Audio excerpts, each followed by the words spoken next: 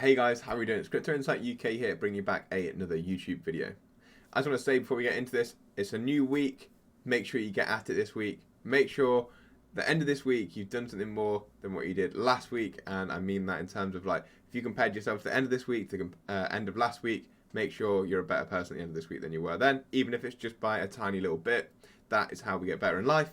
But let's jump into it. So Iran completes pre-pilot phase of central bank digital currency. I only want to talk about this absolutely briefly.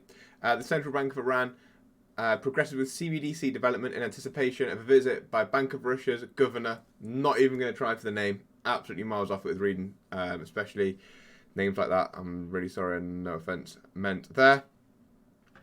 But it's just interesting that Russian bank governor is going to go over and visit Iran, with Iran knocking at the door of being in BRICS, which obviously at the minute we know is Brazil, Russia, India, China, South Africa. We know that Iran and Saudi Arabia and some other countries are knocking at the door to try and get involved in that partnership. And we know that Russia are quite far forward with their CBDC, as well as some of the BRICS nations like India. We know that they're on their test and their pilot. We know that China are actually in the rollout stage of their CBDC. We know South Africa have had cross-border payments tests, specifically with XRP and Ripple. And Brazil, obviously, pretty far forward with digital currency in general. But that's all we're going to talk about there. I just wanted to bring that to your attention. And now we're going to get into the main piece today, which is about XRP. Specifically about the BIS, actually. And then we're going to try and link that into XRP and Russia. XRP and Ripple. My apologies. Let's get into it. So this tweet comes from Anders L, which I did obviously retweet. If you haven't seen my Twitter already, go over and check that out. It's at Cryptoinsightuk. I'll show you my profile at the end. But this is very interesting. So Bank for International Settlement released this tweet today. The BIS Innovation Hub, Nordic Centre and the central banks of Israel, Norway and Sweden, we know that Sweden are pretty far forward with their central bank digital currency, have concluded Project Icebreaker, which studied the potential benefits and challenges of using retail CBDCs in international payments.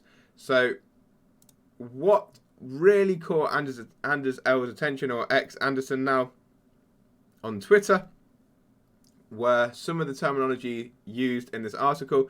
And I've got the whole article up here, but I'm just going to use his, he's got the areas highlighted, so he's going to look at some of the highlighted areas. Therefore, retail CBDCs never need to leave their own systems. So it's talking about if they have different systems, they will never have to, their CBDC will never have to leave that. This is what I explored in my CBDC video last week, in terms of holding in Nostra and Vostra accounts cash at each of the central banks. Like, why would we need to do that in the future? The way we would need to do that unless we had some sort of, and this is going to take us on to the next one, bridge currency. Again, what I talked about, and that's where XRP may potentially play a role in this system. If they're built on the XRP ledger, then you can use XRP as a neutral bridge asset to provide liquidity from one currency to another. This is what I was talking about last week when I talked about CBDC. So it's super cool that it's come up literally today. Then this is quite interesting as well, and this is something I'm going to try and relate into now. Many foreign exchange providers can submit quotes to the systems hub, which automatically selects the cheaper one for the end user. So that looks like a liquidity provider or searcher saying cross-border transactions happen within seconds. This sounds like it's taken basically off Ripple's website. And this specifically here, many foreign exchange providers can submit quotes to the systems hub, made me think straight the way of this, which is Ripple's liquidity hub that they announced at Swell of 2021 maybe, that they're building the liquidity hub. We're just going to play the trailer for this because a lot of you probably won't have seen this, but let's see what it does. Crypto is here. It's no longer an idea or on the horizon. It's already the reality of how businesses and people trade, move, and manage value. But despite a growing desire by businesses to engage in crypto, integrating digital asset solutions is complex. It often requires cumbersome integrations, has high costs, and involves engaging with fragmented, slow, and costly fiat payout landscape.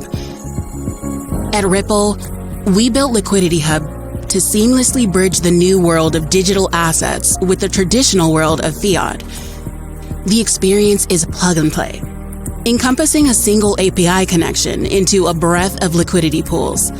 It offers optimized pricing via smart order routing, and through Ripple's suite of products, best-in-class last-mile fiat payouts into global jurisdictions will be available. Liquidity Hub powers interoperability between crypto and fiat systems, bridging digital assets seamlessly.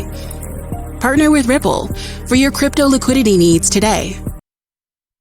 So, you tell me what you think about that. It just came straight into my head as soon as I read that little snippet there from Anders L. You can obviously go and find this on Ripple's website, along with information about CBDCs actually on Ripple's website. Let's have a little look. Let's see if we can find it straight away. I haven't been on Ripple's website for a little while. Let's see if CBDCs are here. They've got like 4 sections. Here we go. Cross-border payments, crypto liquidity. Sorry, I can't speak today. So cross-border payments, this is where they will use RippleNet and ODL, those sorts of things. And with ODL, obviously, they use XRP. Liquidity Hub is what I've just showed you. And CBDCs, there's some cool explainer videos on here as well about CBDCs. Probably explains it much better than I do.